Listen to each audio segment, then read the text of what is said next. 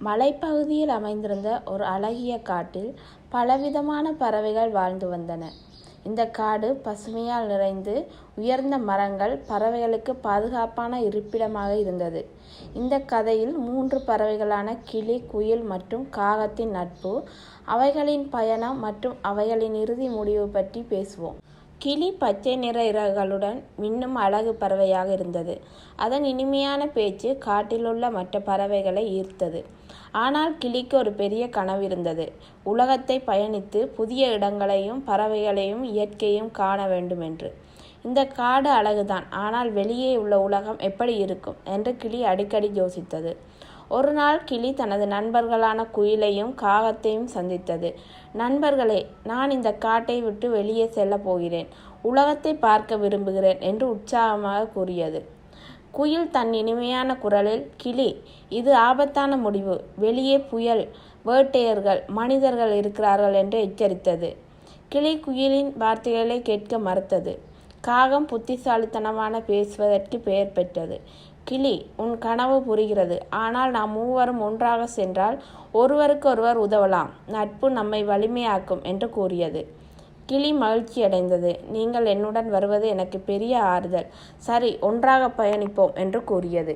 மறுநாள் காலையில் 3 பறவைகளும் பயணத்தை தொடங்கின. காட்டை விட்டு வெளியேறியவுடன் ஒரு பெரிய ஆற்றை கண்டன. ஆற்றின் மறுகரையில் புதிய மரங்கள், உணவு மற்றும் புதிய நண்பர்கள் இருக்கலாம் என்று நினைத்தன. ஆனால் ஆற்றை கடப்பது எளிதல்ல. காகம், நாம் ஒரு மரக்கிளையை பயன்படுத்தி ஆற்றை கடக்கலாம் என்று கூறி ஒரு உறுதியான கிளையை எடுத்து வந்தது. மூவரும் கிளையை பிடித்து ஆற்றை கடந்தனர்.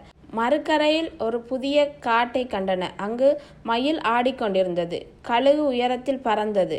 பறவைகள் மகிழ்ச்சியுடன் பயணத்தை தொடர்ந்தன. பயணத்தில் பறவைகள் பல சவால்களை எதிர்கொண்டன. ஒரு நாள் பெரிய புயல் வந்தது. காற்று வேகமாக வீசியது. கிளியும் குயிலும் பயந்து ஒரு மரத்தின் கீழ் ஒளிந்தன. காகம் ஒரு பாறையின் பின்னால் மறைந்தால் பாதுகாப்பாக இருக்கும் என்று கூறி அவைகளை அழைத்து சென்றது. புயல் அடங்கிய பிறகு மீண்டும் பயணத்தை தொடர்ந்தன. மற்றொரு முறை ஒரு வேட்டைக்காரன் அவைகளை கண்டு வலை வீசினான். குயில் தன் இனிமையான குரலால் வேட்டைக்காரனின் கவனத்தை திசை திருப்பியது. காகம் வலையை தன் அலகால் கிழித்து மூவரையும் தப்பிக்க வைத்தது. பயணத்தின் இறுதியில் மூவரும் ஒரு அழகிய மலை உச்சியை அடைந்தன. அங்கிருந்த காடுகள், ஆறுகள் மற்றும் பறவைகளை பார்த்து மகிழ்ந்தன. ஆனால் அந்த மலை உச்சியில் ஒரு பெரிய ஆபத்து காத்திருந்தது. ஒரு பெரிய கழுகு அவைகளை வேட்டையாட முயன்றது. கிளி, நண்பர்களே, நாம் ஒன்றாக இருந்தால் இதை எதிர்கொள்ளலாம் என்று கூறியது. குயில் தன் குரலால் கழுகின் கவனத்தை திசை திருப்ப முயன்றது. காகம் ஒரு தந்திர திட்டத்தை உருவாக்கியது. நாம் மூவரும் வெவ்வேறு திசைகளில் பறந்து கழுகை குழப்புவோம் என்று கூறியது. ஆனால் கழுகு மிகவும் வேகமாக இருந்தது. அது கிளியை தாக்கியது. கிளி தைரியமாக எதிர்த்து பறந்தாலும் கழுகின் கூரிய நகங்கள் அதை பிடித்தன. குயிலும் காகமும் கிளியை காப்பாற்ற முயன்றன. ஆனால் கழுகு கிளியை அழைத்து சென்று விட்டது. கிளி தன் இறுதி மூச்சில் குயில் சொன்னதை கேட்டிருந்தால் இப்படி நடந்திருக்காது என்று மனம் வருந்தியது. குயிலும் காகமும் மனமுடைந்தன. அவை கிளியின் இழப்பை ஏற்க முடியாமல் தவித்தன.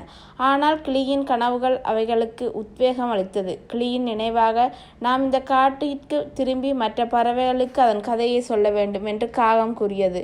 குயில் கிளியின் கனவு நம்மில் வாழும், அதன் தைரியமும் நட்பும் என்றும் மறக்கப்படாது என்று கூறியது. மூவரின் பயணம் முடிந்தாலும் கிளியின் இறுதி முடிவு அவைகளின் காட்டில் ஒரு புதிய கதையை உருவாக்கியது.